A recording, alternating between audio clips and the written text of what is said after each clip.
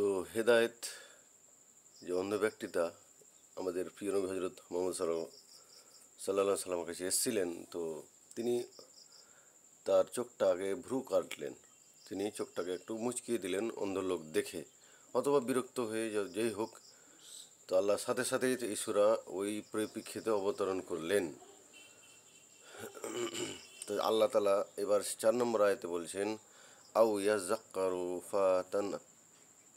ফাতানফাআহুয-যিকরা, অথবা উপদেশ গ্রহণ করত, ফলে সে উপদেশ তার উপকারে আসতো, অথবা উপদেশ গ্রহণ করত ফলে তা তার উপকারে আসতো। আমাদের নবী যে আল্লাহ নবী যে মুখ ছিটকে নিলেন, আমাদের প্রিয় নবী হজরত মোহাম্মদ সাল্লাহ সাল্লাম অন্ধ ব্যক্তিটাকে দেখে চোখ ছিটকে নিলেন, তার দিকে ধ্যান দিলেন না। তো আল্লাহ তালা বলছেন সে উপদেশ গ্রহণ করতে পারতো। আমরা এরকমভাবে অনেক লোক সমাজে আছে, এরকম কোনো লোক যদি কেউ কিছু চাইতে আসে বা কিছু করতে আসে, আল্লাহ তালা এখানে আমাদের একটা বলতে চেয়েছেন যে আমরা যাতে কোনো দুস্থ ব্যক্তি বা কোনো অসহায় ব্যক্তিকে দেখে মুখ না ঘুরিয়ে নিই, তাদেরকে ফিরিয়ে না দিই। তারা কি জানতে চায়, তারা কি নিতে চায়, যতটুকু সাধ্য ততটুকু তাদের দিতে আল্লাহ তালা এখানে তাগিদ করেছেন বা করতে তাগিদ করছেন আমাদের প্রিয় নবী হজরত মোহাম্মদ সাল্লাল্লাহু সাল্লামের দ্বারা। তো আমাদের এই কর্তব্যটা প্রত্যেক মানুষকে করা উচিত, যেটা যার যতটুকু সাধ্য। যদি কেউ কোনো মজলুম আসে, তার আপনাদের বা আমাদের বাড়িতে, তাদের খেতে দিতে হবে। মুখ তাদের মুখেই কথা বলে, অনেক দেখবেন অনেক মানুষ কিছু শরমে চাইতে পারে না, তবুও তাদের মুখেই কথা বলে দেয় যে তারা কিছু চায় বা কিছু তারা জানতে চায় বা কিছু তারা করতে বা যেই কিছু হোক, কথার দ্বারা সম্পদের দ্বারা তারা সাহায্য চাই। তো আমাদের সেটুকা করতে হবে অসহায় ব্যক্তিদের, যদি আমরা পারি তাহলে অবশ্যই আমরা আল্লাহর নৈকট্য লাভ করার জন্য এই সমস্ত কাজ করব ইনশাআল্লাহ। এরপর 5 নম্বর আয়াতে আল্লাহ তাআলা বলছেন, আম্মা মানিস তাগনা, আর যে বেপরোয়া হয়েছে, আর যে বেপরোয়া হয়েছে, পক্ষান্তরে যে লোক বেপরোয়া।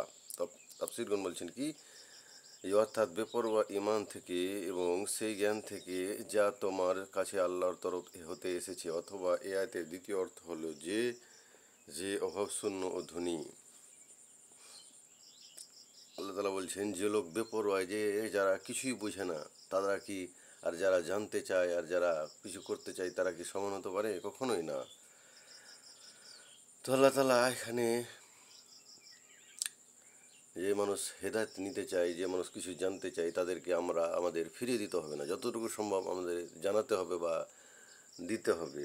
সে যে কোনো বিষয় হোক, সেটা শরীয়তের বিষয় হোক, সেটা কোনো দুনিয়াবি মাসাল বা দুনিয়াবি কোনো সমস্যার বিষয়। আমাদের যদি জ্ঞান থাকে যতটুকু বা সম্পদ থাকে, তাহলে আমাদের সেই জ্ঞান এবং সম্পদ দিয়ে যে কোনো দুস্থ বা দরিদ্র মানুষকে কী করতে হবে? সাহায্য করতে হবে। আর আল্লাহ তাআলা বলছেন কোনো বেপরোয়া লোক, যারা কোনো যারা কোনো করে না, কোনো আল্লাহর কোরআনের বাণীর কোনো পরোয়া করে না, কোরআন হাদিসের কোনো পরোয়া করে না, তারা এবং যারা জানতে চায়, যারা কিছু আল্লাহর কথা জেনে নিজের ইমানটাকে ঠিক করতে চায়, তারা কি সমান হতে পারে? না, তারা কখনোও সমান হতে পারে না। 4 নম্বর আয়াতে আল্লাহ তাআলা বলছেন, ফা আনতা লাহু তাসাদ্দা, তুমি তার প্রতি মনোযোগ দিচ্ছ, তুমি তার প্রতি মনোযোগ দিলে। আল্লাহ তাআলা বলছেন পক্ষান্তরে আল্লাহ তাআলা বলছেন কি, আল্লাহ তাআলা প্রথমে 6 নম্বর আয়াতে, আর যে বেপরোয়া হয়েছে তুমি তার প্রতি কী কিছু মনোযোগ দিচ্ছ। যারা বেপরোয়া লোক, যারা হেদায়েত পাবে না, এরকম লোককে তুমি কি করছো? আগে মনোযোগ দিচ্ছ। আর যেই লোকটা অন্ধ লোক, যে জানতে আসছে ইসলামের বিষয়ে, শরীয়তের বিষয়ে, তাকে দেখে তুমি কি করছো? চোখ ছিটকে নিচ্ছ। তো আমাদের এই অভ্যাসগুলো করতে হবে না। আল্লাহ তাআলা আমাদের নবীর মাধ্যমে এটাই শিক্ষা দিচ্ছেন। এতে নবী সাল্লাল্লাহু আলাইহি সাল্লামকে অধিক সতর্ক করা হয়েছে যে বিশুদ্ধ চিত্তদেরকে ছেড়ে বৈমুখদের জন্য মনোযোগ ব্যয় করা ঠিক নয়। যারা হেদায়েত পাবে না, যারাকে বলে, এনার একটা বিষয় শিক্ষার আছে, যাদেরকে বলে কোনো লাভ নেই, তাদেরকে কোনো, ধরে নিন 1বার 2বার বলেছেন, 3বার বলেছেন, 10বার বলেছেন, কিন্তু বলতে হবে, এটা হলো কথা। কিন্তু যারা বলেও শুনে না কোনো দিন, তো তাদের বিষয়ে সময় অপচয় করা বৃথা। আল্লাহ তাআলা এখানে এটাই বলেছেন, তার নবীর মাধ্যমে আমাদেরকে শিক্ষা দিয়েছেন যে যারা বুঝতে চায় না, যারা শিখতে চায় না, ওদেরকে ওদেরকে শেখানো ছাড়া ওদেরকে শেখানো কোনো দরকার নেই এখানে। যারা বুঝছে, যারা জানতে চায়, ওদেরকে আগে প্রাধান্য দিতে হবে। আর হেদায়েত দেওয়া তো আল্লাহর কাজ। আমাদের কাজ শুধু কি? আমাদের কাজ শুধু তাবলীগ করা, লোকের কাছে আল্লাহর বাণীটাকে কি করা, পৌঁছে দেওয়া। আর হেদায়েত কে দিবেন? হেদায়েত দিবেন আল্লাহ। এখানে এটাই বোঝাতে চেয়েছেন যে যারা বুঝতে চায় না তাদের পিছনে সময় ব্যয় করা অযথা। তো আমাদের আল্লাহ যাতে বুঝার তৌফিক দান করে সবাইকে। তো 7 নম্বর আয়াতে আল্লাহ তাআলা বলছেন, ওয়ামা আলাইকা আল্লাহ ইয়াজ্জাক্কা, অথচ সে পরিশুদ্ধ না হলে তোমার কোনো দায়িত্ব বর্তাবে না। অথচ সে পরিশুদ্ধ না হলে তোমার কোনো দোষ নেই। তাফসীর গুনকে বলছেন, দেখা যায়, কেননা তোমার কাজ তো কেবল প্রচার করা, সুতরাং এই শ্রেণীর কাফেরদের পিছনে পড়ার কোনো প্রয়োজন নেই।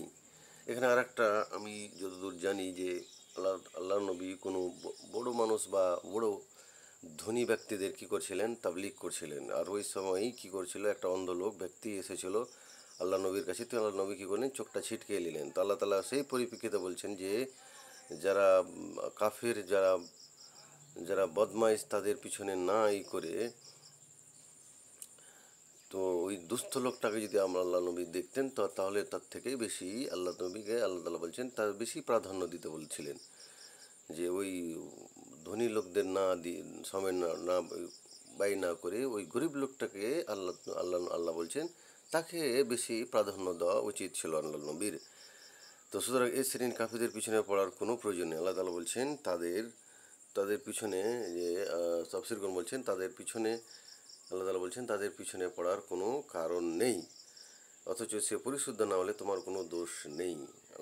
আল্লাহ বলছেন যে সে যদি কোনো আল্লাহ কাজ হচ্ছে দাওয়াতি কাজ, আল্লাহর বাণী প্রত্যেকটা ব্যক্তির কাছে পৌঁছে দেওয়া। কিন্তু কেউ যদি না শুনে বা না ঈমান আনে, তাহলে তার আল্লাহ নবীর কোনো দোষ এখানে আল্লাহ তাআলা দিচ্ছেন, তোমার কোনো দোষ নেই এ ব্যাপারে।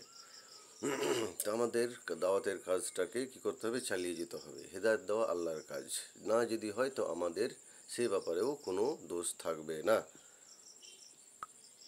এরপর 8 নম্বর আয়াতে বলছেন, ওয়া আম্মা মান জাআকায়াস, পক্ষান্তরে যে তোমার কাছে ছুটে আসলো, পক্ষান্তরে যে তোমার নিকটে ছুটে এলো, যে নিকটে তোমার নিকট ছুটে এলো। আর যারা ধনী ব্যক্তি তোমার কাছে বসে আছে, তবু তারা কথা শুনছে, এতদিন থেকে আপনি হেদায়েত করছেন, তবু তারা শুনছে না। আর পক্ষান্তরে যে ব্যক্তি আপনার কাছে কি হলো, ছুটে এলো, যারা ছুটে আসছে শিক্ষার জন্য নিজ ইচ্ছায়, যারা নিজ ইচ্ছা আসে বা যাদেরকে আপনি বলছেন, তারা সমান হতে পারে না। যা একটা কথা হচ্ছে যে কেউ যদি কোনো বিষয়ে শিখতে আসে, আর কাকে যদি আপনি কোনো বিষয়ে শেখাতে চান, তো কে বেশি শিখবে? তো অবশ্যই যারা শিখতে আসছে আপনার কাছে তারাই বেশি শিখবে। আর যারাকে আপনি শিখাতে যাবেন কিছু, তারা তাড়াতাড়ি শিখবে না। এটাই হচ্ছে আল্লাহ তাআলার, এখানে আল্লাহ তাআলা এটাই বোঝাতে চেয়েছেন যে পক্ষান্তরে যে তোমার নিকট ছুটে এলো, তাকে বেশি প্রাধান্য দিতে বলছেন। যে তাদেরকে বেশি প্রাধান্য দিতে হবে যারা আমাদের কাছে বা আমাদের দুয়ারে আসবে শিখার জন্য বা কোনো দানের জন্য, কোনো জ্ঞানের জন্য। তাফসীরগণ বলছেন, এই আশা করে যে তুমি তাকে মঙ্গলের প্রতি পথ প্রদর্শন করবে এবং ওয়াজ নসিহত দ্বারা উপদেশ প্রদান করবে। যে তাকে কি করতে হবে, তাকে ওয়াজ নসিহত দ্বারা তাকে কি করতে হবে, তাকে ইসলামের মধ্যে নিয়ে আসতে হবে। সে যতই বড় গরিব বা যতই বড় মিসকিন হয়ে যাক না কেন, যতই ছোট মিসকিন হয়ে যাক না কেন, তাকে আল্লাহর বাণী দ্বারা কী করতে হবে, তাকে হেদায়েতের কাজটা বা তাবলীগের কাজটা তাকে চালিয়ে যেতে হবে। এখানে আল্লাহ তাআলা এই আয়াত নম্বর আয়াতে এটাই বলছেন। 9 নম্বর আয়াতে আল্লাহ তাআলা বলছেন, ওয়াহুয়া ইয়াগসা, আর সে ভয়ও করে সভয় মনে। আর সে কী করে, ভয়ও করে। যে ব্যক্তি নিজ ইচ্ছায় আসে বা নিজ ইচ্ছায় কিছু করতে চায়, সে ব্যক্তি অবশ্যই আল্লাহর ভয় করে, তাহলে না সে আল্লাহ নবীর কাছে ছুটে এলেন। তো যারা কিছু জানতে চায়, যারা কিছু আগ্রহী, অবশ্যই দেখবেন তাদের মধ্যে একটা কী করছে, ভয় কাজ করছে। কিসের ভয়? আল্লাহর ভয়, আল্লাহর জাহান্নামের ভয়। তো সেই ভয়ের মধ্যে তারা কি করে, তারা বিভিন্ন মশলা মশাইল আমাদের আজকের যুগে দেখছেন বিভিন্ন রকম কিছু হলে আমরা মৌলভী সাহেবের কাছে ছুটে যাই। আমরা কোরআন হাদিস দেখি বা আমরা কী করি, মৌলভী সাহেবের কাছে ছুটে যাই। অবশ্যই সে আল্লাহকে ভয় করে তবেই না সে মৌলভী সাহেবদের কাছে যায়। তো এটাই হচ্ছে তখনকার আল্লাহ আমাদের প্রিয় নবী হযরত মুহাম্মদ সাল্লাল্লাহু আলাইহি সাল্লামকে একটা সতর্ক বার্তা দ্বারা ইঙ্গিত দিয়েছেন আমাদের শিক্ষার জন্য। তাফসীরগণ বলছেন, অর্থাৎ আল্লাহর ভয়ও তার হৃদয়ে আছে, যার কারণে আশা করা যায় যে তোমার বাণী তার জন্য উপকারী হবে আর সে তা গ্রহণ করবে এবং তার উপর আমল করবে।